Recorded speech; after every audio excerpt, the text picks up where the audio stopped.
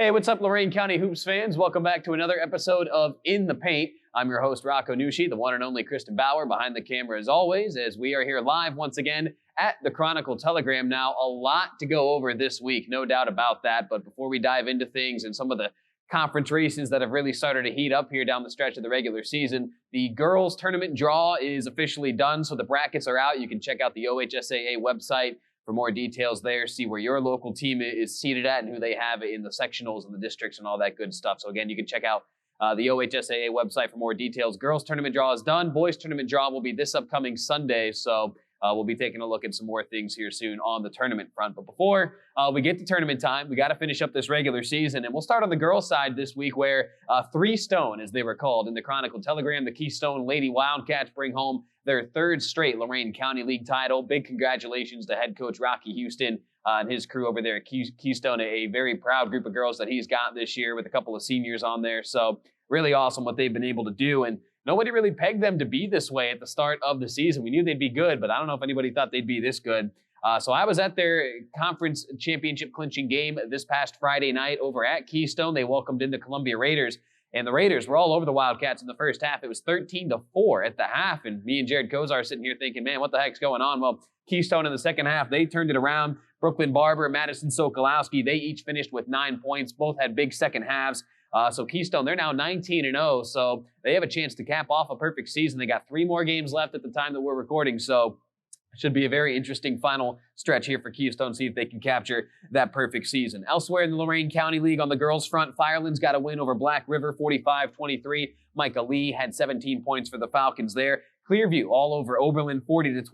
Nevaeh Barrios with 15 for the Clippers. Wellington knocked off Brookside 52-20 as Brooke Lemcool had 13 for the Dukes. And an interesting story here on the Wellington Lady Dukes. We'll actually have their game this upcoming Monday, the 12th, against Valley Forge. And what's cool about this game is it's being played in downtown Cleveland at Rocket Mortgage Fieldhouse, home of the Cleveland Cavaliers. I'll actually have the call for you Monday, so if you can't make yourself down to Rocket Mortgage Fieldhouse and you're a big Wellington fan, I'll have that girls game at 1:30 as they take on Valley Forge live from the Fieldhouse on WEOL. That one should be a lot of fun.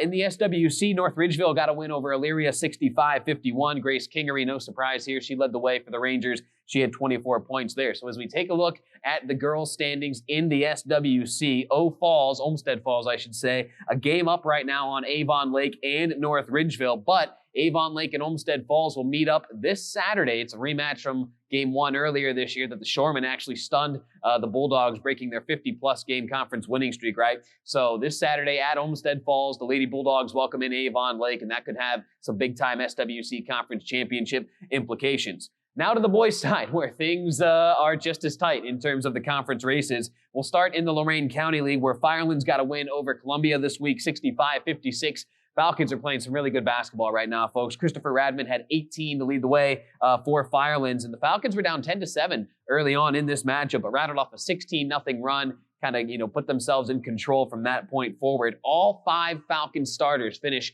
in double-digit scoring, so again, it's just a really good team-oriented approach right now for Firelands coach Colin Myers and his crew. So the Falcons, they also shot 8 of 15 from deep in that win over Columbia. You got 3 of them from Nate Draga, so they're killing you inside, they're killing you outside. Again, Firelands playing some dang good basketball right now. Elsewhere, Brookside knocked off Oberlin, 76-51. It was a good bounce-back win for Brookside after losing to Columbia on Saturday night. So that was a game we had on WEOL. In that game against Oberlin, though, Ben Montgomery, he led the way with 19. Nolan Wechter had 15. So with Brookside and Firelands both winning, they're both 9-2 in the Lorain County League. They are tied atop the conference standings. They will meet at Brookside on February 23rd. So if neither Brookside nor Firelands loses up until that February 23rd matchup, that game will be for the outright Lorain County League championship. So we'll see how things shake out here in the coming days. Columbia, they're right behind at 7-3. They would need some help to get back into the race, but should be a lot of fun here in the Lorain County League down the stretch.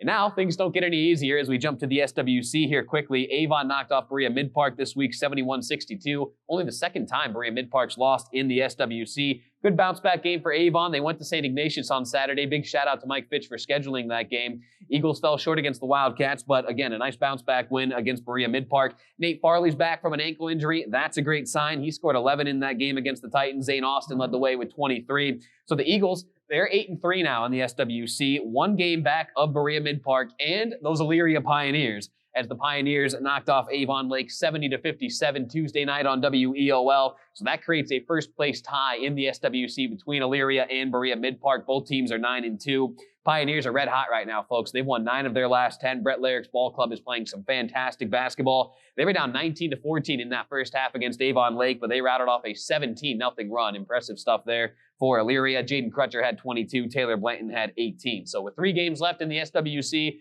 Berea Mid-Park, Elyria, and Avon all kind of fighting for that top spot. We'll see how things shake out. And quickly here, a couple of SWC boys scores from elsewhere. Midview got by North Ridgeville 49-44. Senior Bryson Hicks, how about this kid? 18 points for the Middies in that game against North Ridgeville.